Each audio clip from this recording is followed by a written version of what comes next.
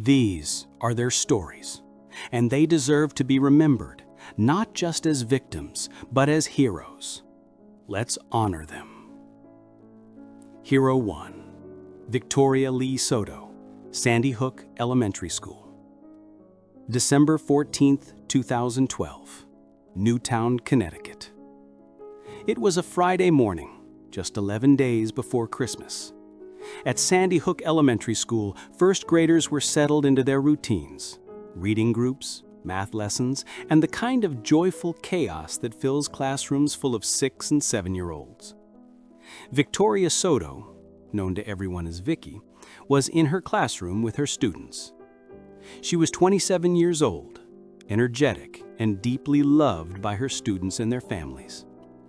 Vicky had been teaching at Sandy Hook for 5 years, and she was known for her warmth, her creativity, and her fierce dedication to her kids. That morning, Vicky had no idea that the day would end in unimaginable horror. None of them did. At approximately 9:35 a.m., 20-year-old Adam Lanza forced his way into the school by shooting through a locked glass door. He was armed with a Bushmaster XM-15 rifle and 2 handguns.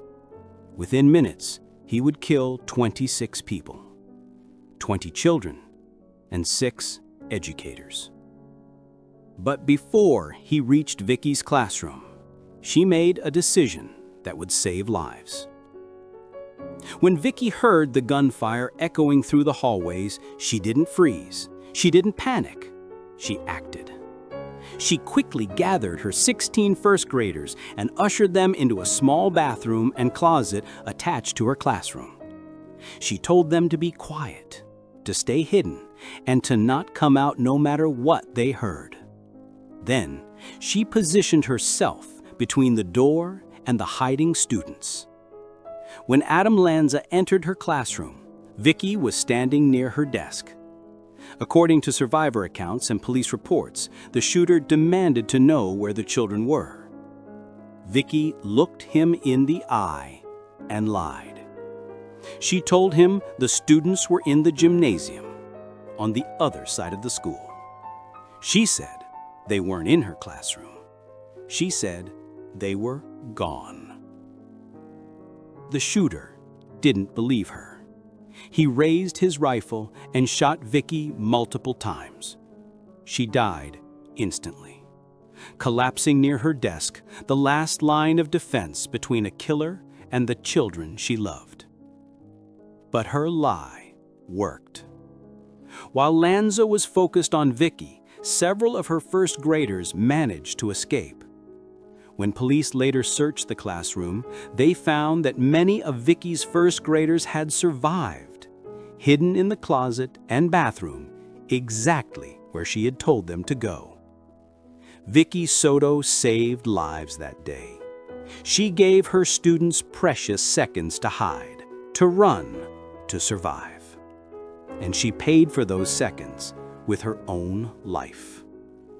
Vicky's family remembers her as someone who lived for her students.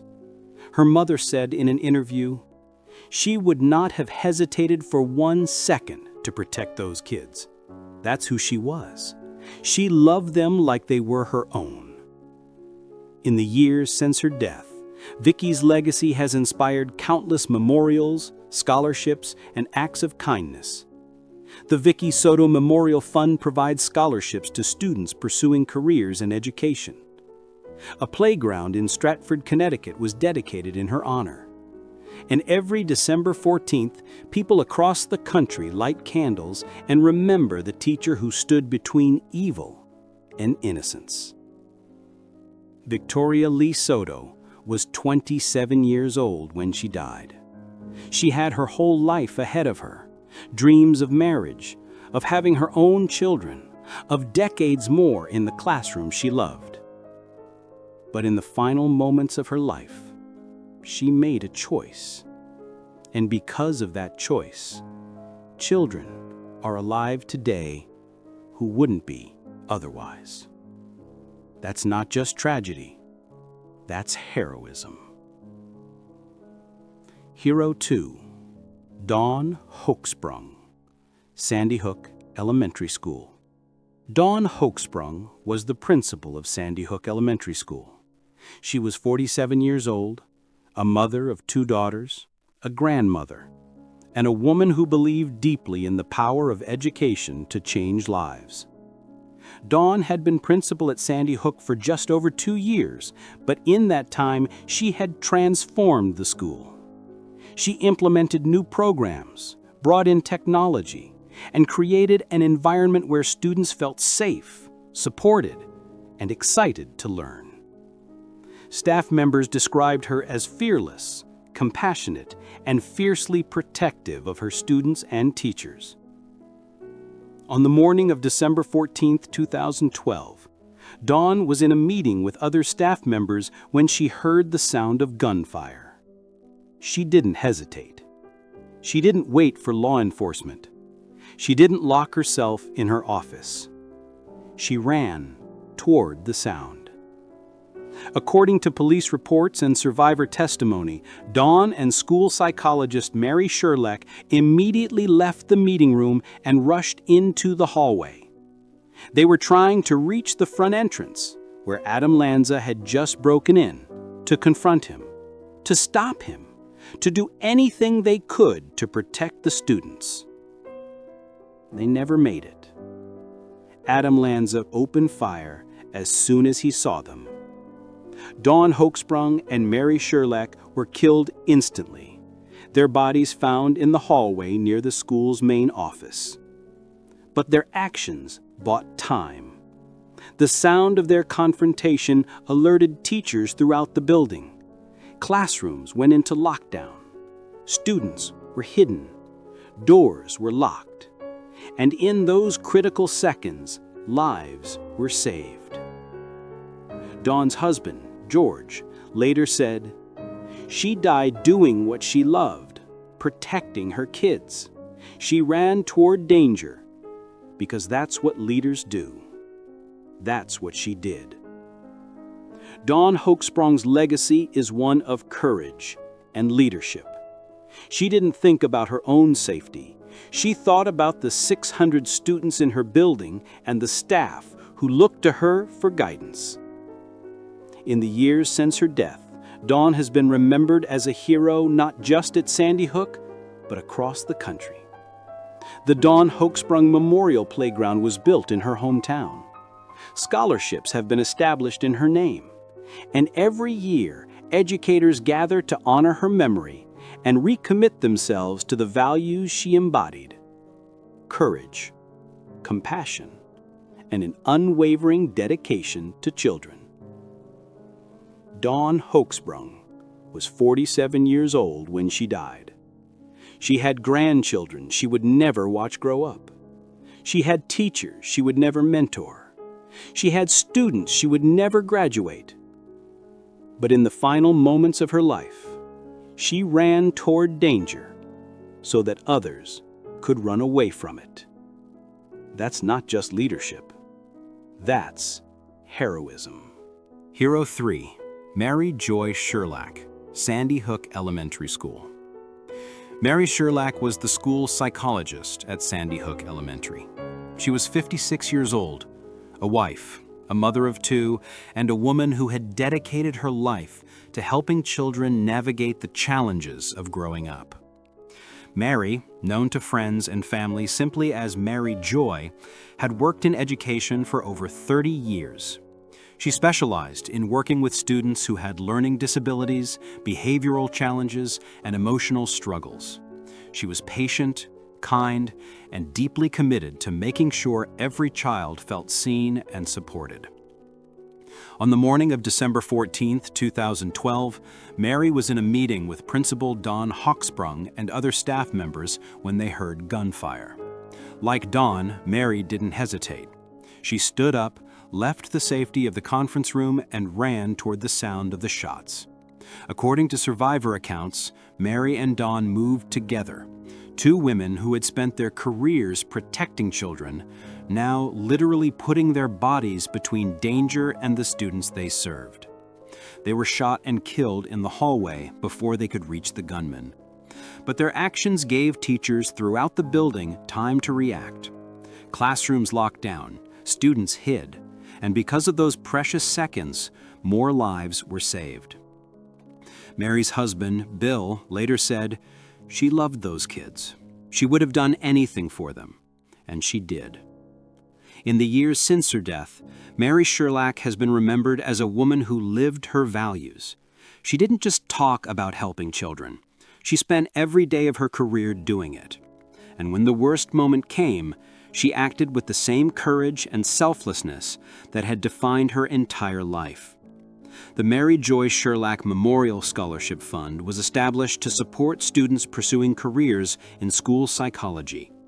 A memorial garden was planted in her honor at Sandy Hook, and every year, mental health professionals across the country gather to remember the woman who gave her life trying to protect the children she served. Mary Joy Sherlach was 56 years old when she died. She had a husband who loved her, children who needed her, and students who depended on her. But in the final moments of her life, she chose to run toward danger instead of away from it. That's not just dedication, that's heroism. Hero 4, Lauren Gabrielle Rousseau, Sandy Hook Elementary School. Lauren Rousseau was a substitute teacher at Sandy Hook Elementary. She was 30 years old, full of life, and thrilled to finally have the opportunity to work in a classroom of her own. Lauren had spent years working as a permanent substitute, bouncing from school to school, filling in wherever she was needed. It wasn't the career path she had imagined when she graduated with her teaching degree, but she never gave up. She loved working with children, and she was determined to make a difference. In the fall of 2012, Lauren finally got her break. She was offered a long-term substitute position at Sandy Hook Elementary, covering for a first-grade teacher who was on maternity leave. It was exactly what she had been waiting for, a chance to build relationships with students, to create her own classroom routines, and to prove herself as an educator. Her mother later said, "She was so happy. She loved those kids. She talked about them all the time." On the morning of December 14, 2012, Lauren was in her first-grade classroom with 15 students. When she heard gunfire, Lauren did exactly what she had been trained to do. She gathered her students and tried to get them to safety. According to police reports, she attempted to hide them in a small bathroom attached to the classroom. But there wasn't enough time. Adam Lanza entered the classroom before they could all get inside. He opened fire immediately, killing Lauren and 15 of her 15 students. Only one child from her classroom survived, a 6-year-old girl who played dead and remained silent until police arrived. Lauren Rousseau's death was one of the most heartbreaking losses of that terrible day. She had waited so long for her chance to be a teacher, and it was stolen from her after just a few months. But even in those final moments, Lauren was doing what teachers do, protecting her students, trying to keep them safe, and putting their lives before her own. Her family remembers her as someone who believed in the power of education to change the world. After her death, they established the Lauren Rousseau Memorial Scholarship to support aspiring teachers. They wanted to honor her dream and to ensure that her legacy would live on in the next generation of educators. Lauren Gabrielle Rousseau was 30 years old when she died. She had so much ahead of her: years of teaching, students to inspire, a life to build. But in the final moments of her life, she tried to save the children in her care. That's not just teaching, that's heroism. Where are you watching from? Drop your city or country in the comments to honor these heroes. Hero 5, Anne Marie Murphy, Sandy Hook Elementary School. Anne Marie Murphy was the special education aide at Sandy Hook Elementary.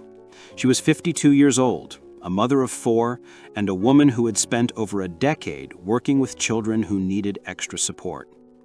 Anne Marie, known to everyone as Annie, specialized in working with students who had learning disabilities, behavioral challenges, and emotional struggles. She was patient, kind, and deeply committed to making sure every child felt seen and supported. On the morning of December 14th, 2012, Annie was in a meeting with Don Hochsprung and other staff members when they heard gunfire. When the gunfire started, Annie was working one-on-one with a 6-year-old boy named Dylan Hockley in a first-grade classroom. Dylan was a student with autism who required additional support throughout the day. Annie had been assigned to work with him, and the two had developed a close bond. Dylan's parents later said that Annie treated her son with kindness, patience, and unconditional love. When the gunfire started, Annie didn't run. She didn't leave Dylan behind. According to the medical examiner's report and police testimony, when first responders entered the classroom, they found Annie Murphy lying on top of Dylan Hockley. She had wrapped her arms around him, shielding his small body with her own. They had both been killed by the gunman, but Annie had never let go. Even in the final moments of her life, she was protecting the child in her care.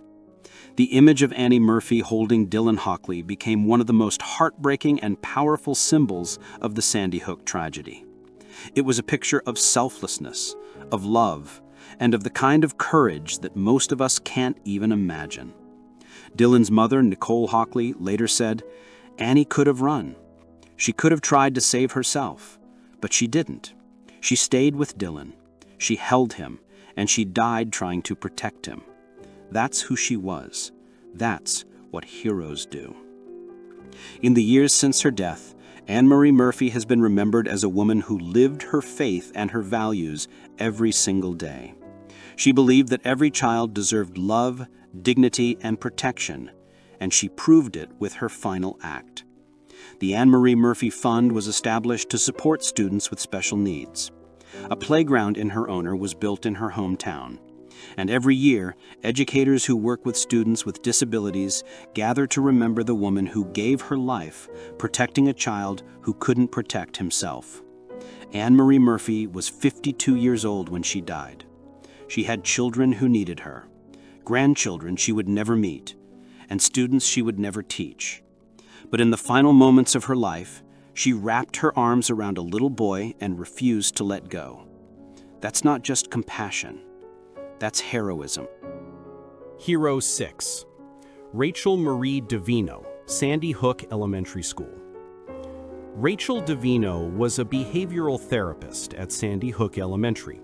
She was 29 years old, engaged to be married, and passionate about working with children who had special needs. Rachel had only been working at Sandy Hook for a week. December 14th, 2012, was supposed to be her last day before the Christmas break. After the holiday, she was planning to start a new job closer to her home. But that morning, she showed up to work just like she always did, ready to help, ready to support, ready to make a difference in the lives of the students she served. Rachel's job was to work one-on-one with students who needed behavioral support.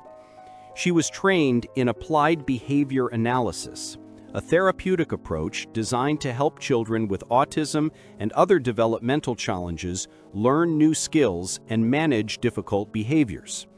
Her colleagues said she was gifted at her work, patient, creative, and deeply attuned to the needs of each child. On the morning of the shooting, Rachel was working with a student in a first-grade classroom. When the gunfire started, she did what she had been trained to do. She stayed with the child. Rachel Davino was killed in the classroom, alongside the student she was supporting and several others. She never left the child's side. Her fiancé, Anthony Serratelli, later said, "She loved those kids. She would have done anything for them." And she did. Rachel's death was especially heartbreaking because she had been at Sandy Hook for such a short time. She had barely had a chance to get to know the students, the staff, or the building. But in the final moments of her life, she acted with the same courage and selflessness that had defined her entire career. In the years since her death, Rachel's family and friends have worked tirelessly to honor her memory.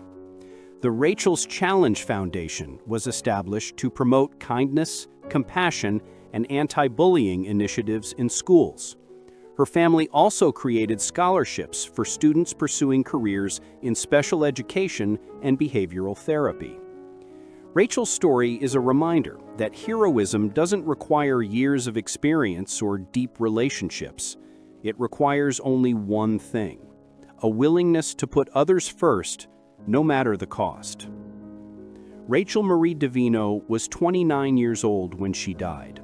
She was planning a wedding, building a career, and dreaming of a future with the man she loved. But in the final moments of her life, she stayed with a child who needed her. That's not just dedication, that's heroism.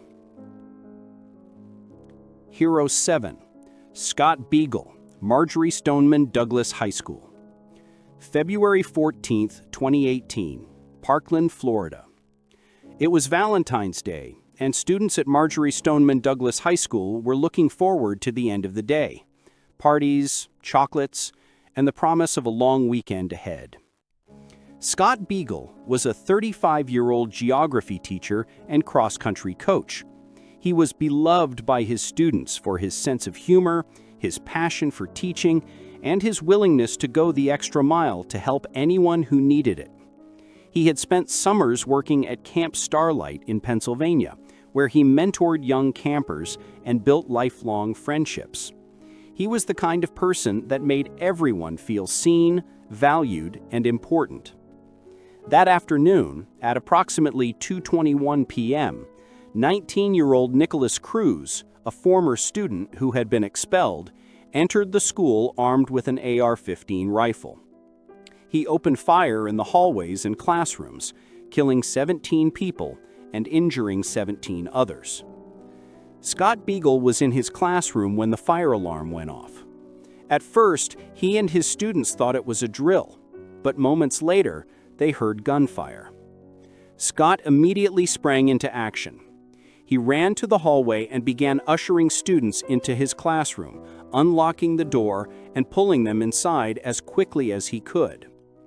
According to survivor testimony, Scott saved at least 31 students that day.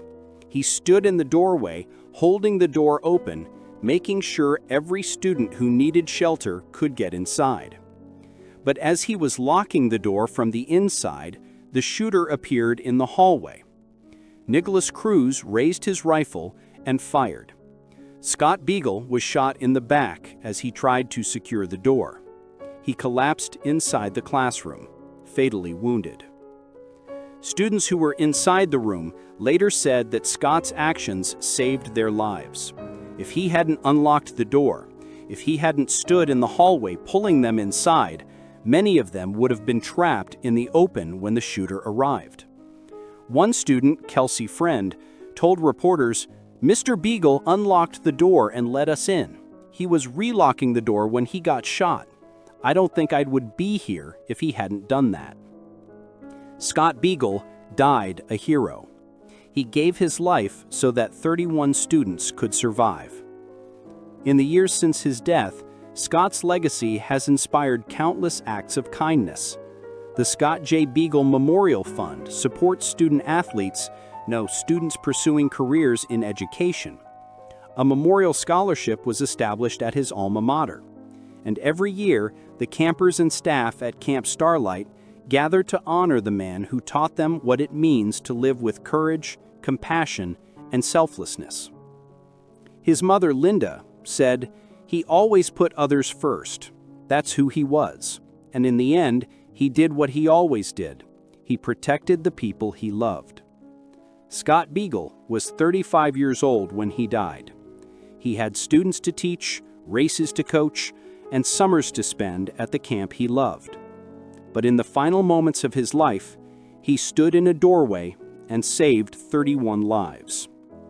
That's not just teaching, that's heroism. Hero 8. Aaron Feiss, Marjory Stoneman Douglas High School. Aaron Feiss was an assistant football coach and security monitor at Marjory Stoneman Douglas High School. He was 37 years old, a husband, a father figure to countless students, and a man who lived and breathed Stoneman Douglas football. Aaron, known to everyone simply as Coach Fice, had graduated from Stoneman Douglas himself in 1999. After college, he returned to his alma mater to coach the team that he had once played for. For nearly 2 decades, he mentored young athletes, teaching them about discipline, teamwork, and resilience. But more than that, he was a protector. Students described him as someone who always looked out for others, who would check in if you seemed down, who would step in if you were being bullied, who made sure everyone felt safe. On February 14, 2018, Aaron was on campus when the shooting started. He was near Building 12, the freshman building, when he heard the gunfire. Without hesitation, Aaron ran toward the sound. According to survivor testimony and security footage, Aaron positioned himself between students and the shooter. When he saw students in the hallway, he yelled for them to run. And when the shooter raised his rifle, Aaron stepped in front of them. Nicholas Cruz fired. Aaron Fice was shot multiple times, shielding students with his own body. He was rushed to a nearby hospital where doctors fought to save his life, but his injuries were too severe. Aaron Fice died later that evening, surrounded by his family. He was 37 years old.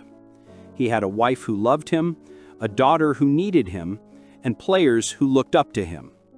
But in the final moments of his life, he stepped in front of bullets meant for someone else. That's not just coaching. That's heroism. Which teacher's story has moved you the most? Drop the number in the comments. Hero 9, Irma Garcia, Robb Elementary School. May 24th, 2022, Uvalde, Texas. It was a Tuesday morning, and the 4th graders at Robb Elementary School were settling into their daily routines.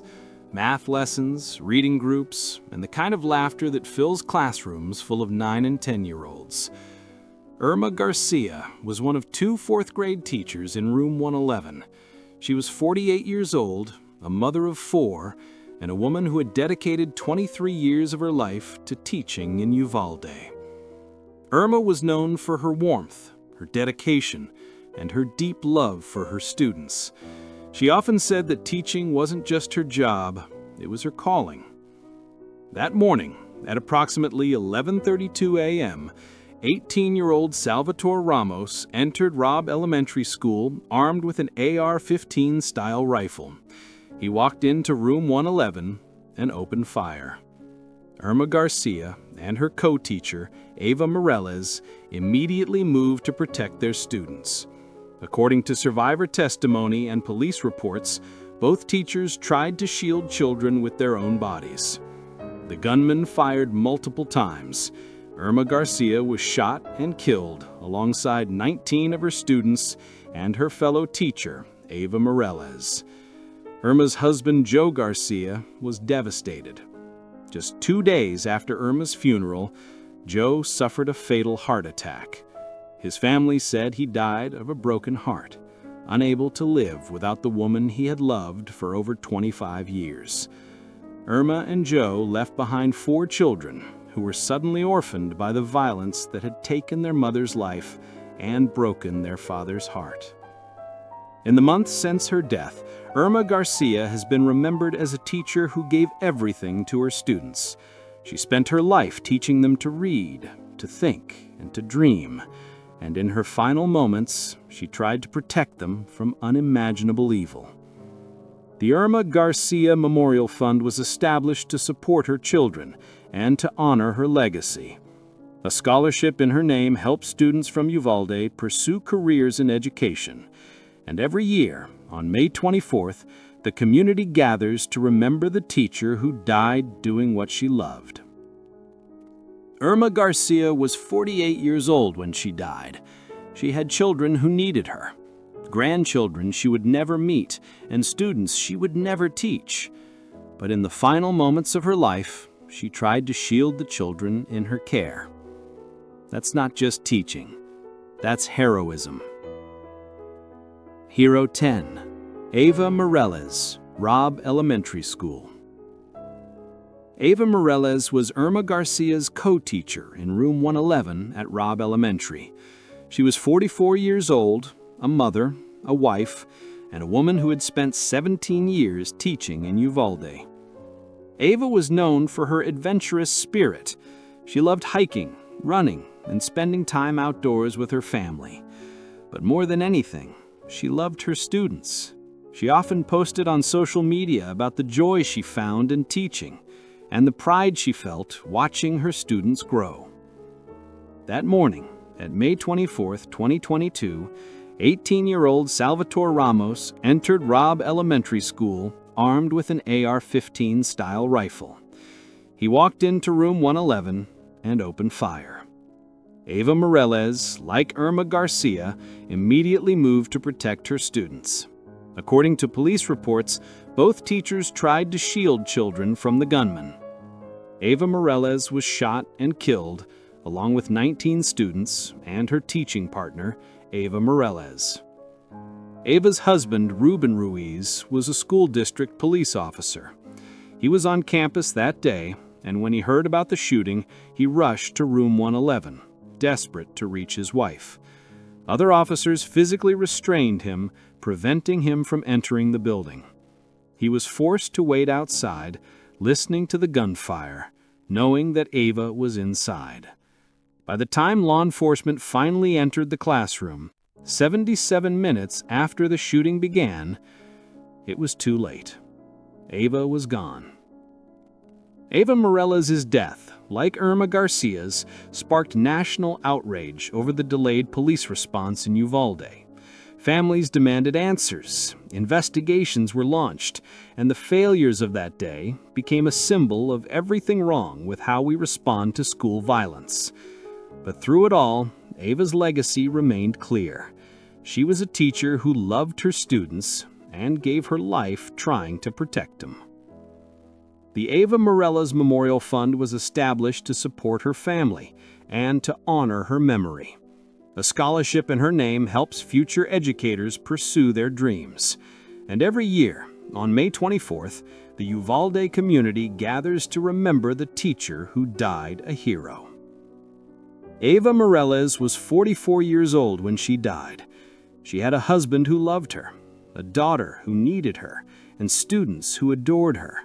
But in the final moments of her life, she stood between danger and innocence. That's not just teaching, that's heroism. 10 teachers, 10 heroes, 10 lives cut short by violence that never should have happened.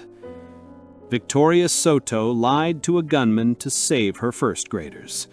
Dawn Hotsprung ran toward danger to protect her school. Mary Sherrillac stood beside her. Lauren Rousseau had tried to hide her students. Anne-Marie Murphy wrapped her arms around a little boy and refused to let go. Rachel Diavino stayed with a child who needed her. Scott Bagel unlocked a door and saved 31 lives. Aaron Faze stepped in front of bullets. Irma Garcia and Ava Morales shielded their students until the very end. They didn't have to do any of this. They could have run. They could have hidden. They could have saved themselves. But they didn't, because that's not what teachers do. Teachers don't abandon their students. They don't think about themselves first. They stand between danger and innocence, even when it costs them everything. These 10 educators represent the best of humanity. They lived ordinary lives, grading papers, planning lessons, attending parent-teacher conferences. But in the worst moments imaginable, they acted with extraordinary courage. And because of them, children are alive today who wouldn't be otherwise. So what can we learn from their stories? First, honor their memory by demanding change. These teachers died protecting their students from gun violence.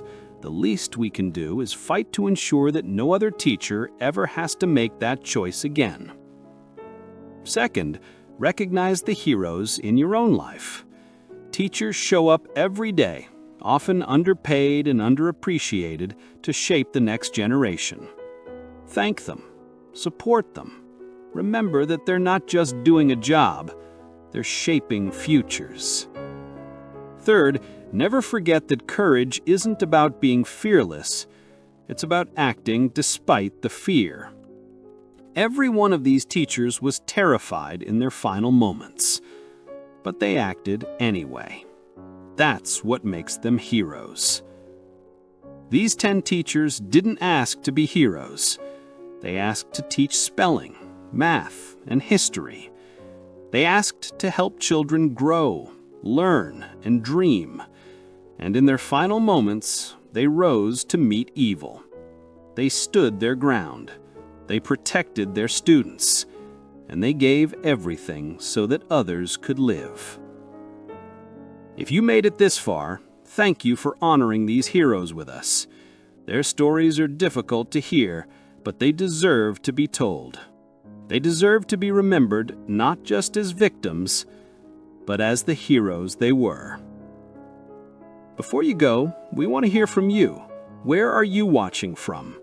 Drop your city or country in the comments to honor these teachers' memory. And if you found this video meaningful, if it moved you, inspired you, or reminded you of the power of courage, hit that subscribe button and turn on notifications so you never miss an episode. We tell the stories that matter, the stories that honor heroes, and the stories that demand we do better. To Victoria, Dawn, Mary, Lauren, Anne-Marie, Rachel, Scott, Aaron, Irma, and Ava, thank you for your service. Thank you for your sacrifice. And thank you for showing us what it means to be a hero. Your legacy will never be forgotten. Rest in peace.